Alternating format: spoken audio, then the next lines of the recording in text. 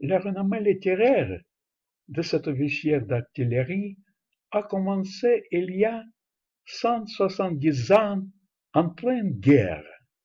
D'abord, il a envoyé des histoires sur la Tchétchénie à Saint-Pétersbourg, puis les incroyables histoires de Sébastopol, la défense obstinée de Sébastopol, la confrérie des Russes et des Ukrainiens. Paris a enregistré cette histoire dans son magnifique livre de mémoires, Boulevard Sébastopol et Pont Alma à Bolsoir. Et la scène a appris aux Parisiens à porter une attention particulière à ces oeuvres. Si une personne régnante avait lu Tolstoï, il n'aurait pas marché sur l'ancien râteau.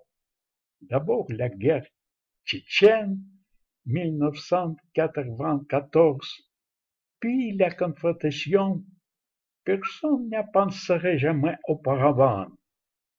Avec Ukraine, 2014, il n'y a pas de propre prophète dans le propre pays.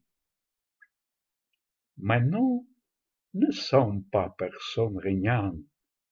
Allons lire l'écriture de ces génies et penser à la fois en fin de moine sur la vie personnelle. Je lis son dernier chef-d'œuvre, La route de la vie, et je réfléchis. Peut-être, juste au cas où, cela vaut la peine de dire que j'ai déjà 87 ans, que j'ai 3 places proches à mon cœur, Moscou, Paris et la Bulgarie, et que la chose se passe en mars 2020. Coronavirus. Si Dieu le veut, à moi et vous, cela ne concernera pas. Un conte de rêve merveilleux, ou peut-être la vérité la plus profonde, commence comme ceci. Il se trouve qu'il y a quelque chose dans le monde que nous ne voyons pas, n'entendons pas, dont personne n'a rien dit, mais ce que nous savons nous-mêmes. Nous le savons le mieux au monde. L'objet le plus aimable, bien sûr, c'est véritable. Georges Pouchkine. C'est la parole que je, je travaille en sueur. Je pense, je regrette, je me réjouis. Et j'ai des rêves. C'est ma deuxième vie, imprévisible et incroyable. Et personne ne sait mieux que moi à ce sujet. La volonté inconnue de quelqu'un a créé ma vie et la continue incessante. Et ce jeu, nous appelons l'âme. Et le commencement invisible créant la vie, nous appelons le Dieu. Il en est ainsi, et il n'y a aucun moyen d'éviter cela. Nous recherchons toujours une connexion avec les âmes d'autres personnes, et ainsi avec Dieu, avec celui généreux qui a donné la vie à moi et à tout dans le monde. Nous ressentons une parenté, une proximité avec Dieu. Nous ressentons notre implication dans la construction du monde. D'abord, la vie semblait comme une route indéfinie pour atteindre le sommet, nous envoyés par le Dieu. Et je ne sais. Les gens s'efforcent de se connecter avec les uns d'autres par l'amour. avec Dieu par la conscience de leur propre divinité. Simplement, il faut de libérer l'âme de tout qui entrave l'amour et la conscience de votre divinité. Mais notre péché, tentation et superstition empêchent pour cela. Péché, nous connaissons très bien nos péchés, indulgence dans les convoitises du corps, et nous essayons de les justifier. Nous avons inventé la révolution sexuelle même. Le pire de tous les péchés sont les péchés de séparation d'avec les gens. Péchés d'envie, peur, condamnation, hostilité, colère, en général, mauvaise volonté, mauvais souhait envers les gens. Les tentations sont un mensonge pour soi-même, pour les autres, pour la nation entière. Les tentations de l'orgueil. Ne pensez pas que vous êtes meilleur que les autres. Humiliez-vous. Les tentations de l'inégalité. Les tentations de la construction des sociétés, c'est-à-dire idées fausses sur la possibilité et le droit de certaines personnes par la violence à organiser la vie d'autres personnes. Le souhait de se montrer autoritaire, renier, que Pouchkine a appelé le serpent caché.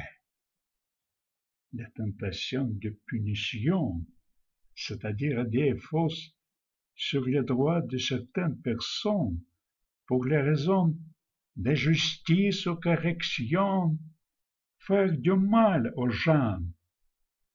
Par exemple, les tortures et les conditions terribles dans les lieux de détention.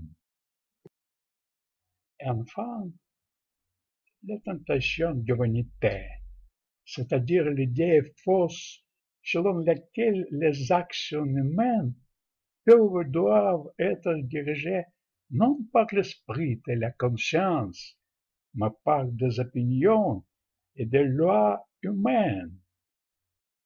Comment veux-tu que je te jugerai, soit par la loi ou soit par la conscience?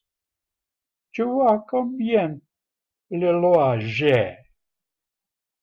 Par conscience, votre ignore. Si dans notre pays, les gens seraient jugés au moins selon la loi.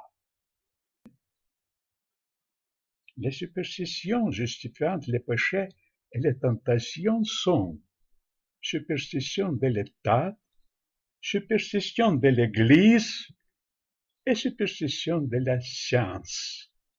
La superstition de l'État consiste dans la croyance qu'il est nécessaire et bénéfique d'avoir une minorité de gens presque oisifs qui renarient sur la majorité des gens travaillants. La superstition de l'Église consiste dans la croyance que la vérité religieuse est constamment et progressivement clarifiée aux gens, a été découverte une fois et seulement l'Église a une possession de cette vérité ancienne établie une fois pour tous, et seulement l'Église peut donner cette vérité au peuple. Superstition de la science, le rang entier de gens de pseudo-science et le respect de ce titre par beaucoup de gens, c'est le grand mensonge. Après qu'une personne a reçu un morceau de papier avec des sceaux et avec des signatures de personnes importantes, le diplôme d'un candidat ou un docteur de la science, Quelques de ces personnes peuvent brandir ces morceaux de papier pour l'occupation qu'un certain poste bien rémunéré, jusqu'au poste du ministre. Mais ces diplômes, souvent enrichis, sont délivrés pour le travail franchement faible, ou même pour le plagiat. Et ces gens font du mal qu'ils ne feraient jamais sans ces morceaux de papier. Et dans ce cas, on peut dire de superstition de la chance. Mais la chance, c'est une vocation, comme dans le poète vrai. Le vrai savant laboure sur son terrain, en apprenant continuellement et progressant, indépendant de a-t-il un diplôme ou non. C'est un don de Dieu et un délice de l'esprit. N'a pas peur de l'ignorance, n'a pas peur du doute, n'a pas peur des difficultés de la recherche. Sois peur d'une chose, ne prétends pas que tu sais ce que tu ne sais pas. La foi sans les œuvres est morte, et pour la lutte contre les péchés, les tentations et les superstitions, l'homme doit faire des efforts. Et il s'avère que ces efforts sont toujours au pouvoir de l'homme, premièrement parce qu'ils ne s'accomplissent qu'au moment présent, c'est-à-dire à ce point sans le temps, quand l'avenir se touche avec le passé, et quand la personne est toujours libre.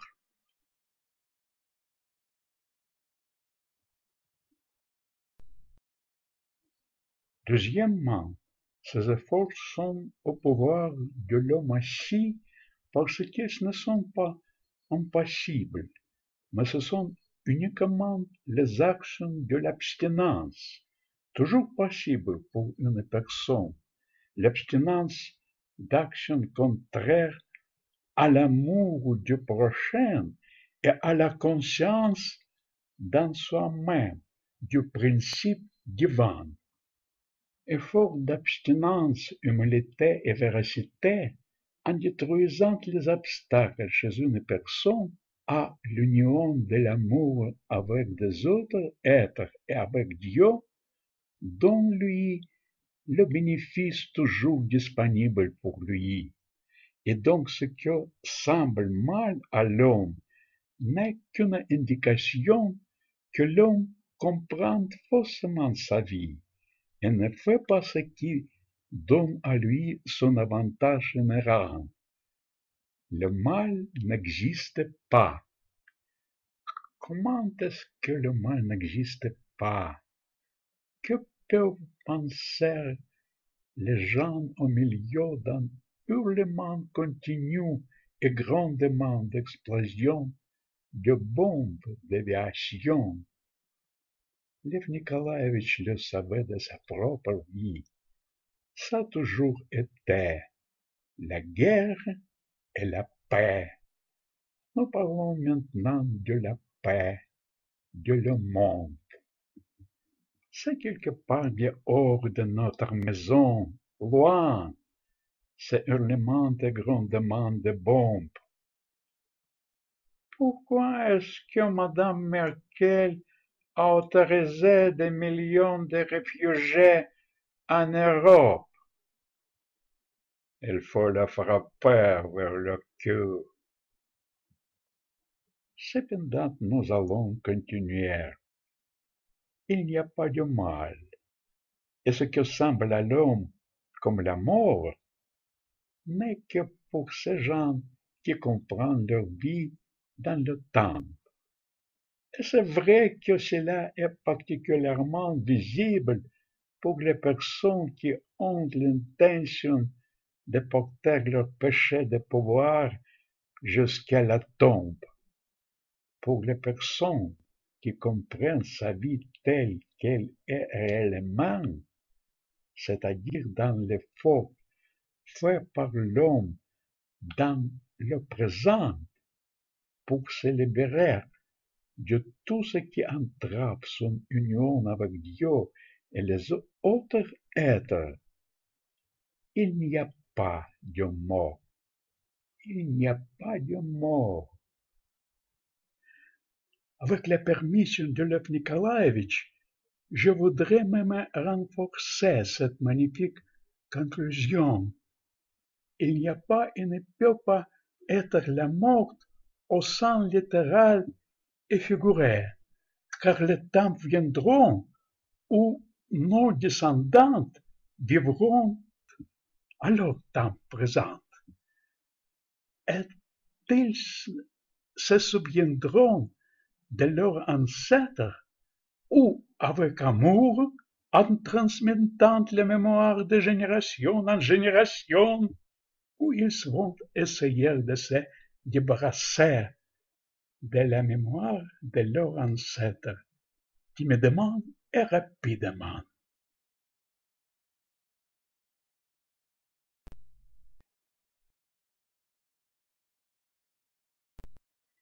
Et qui arrivera-t-il à l'âme après la mort?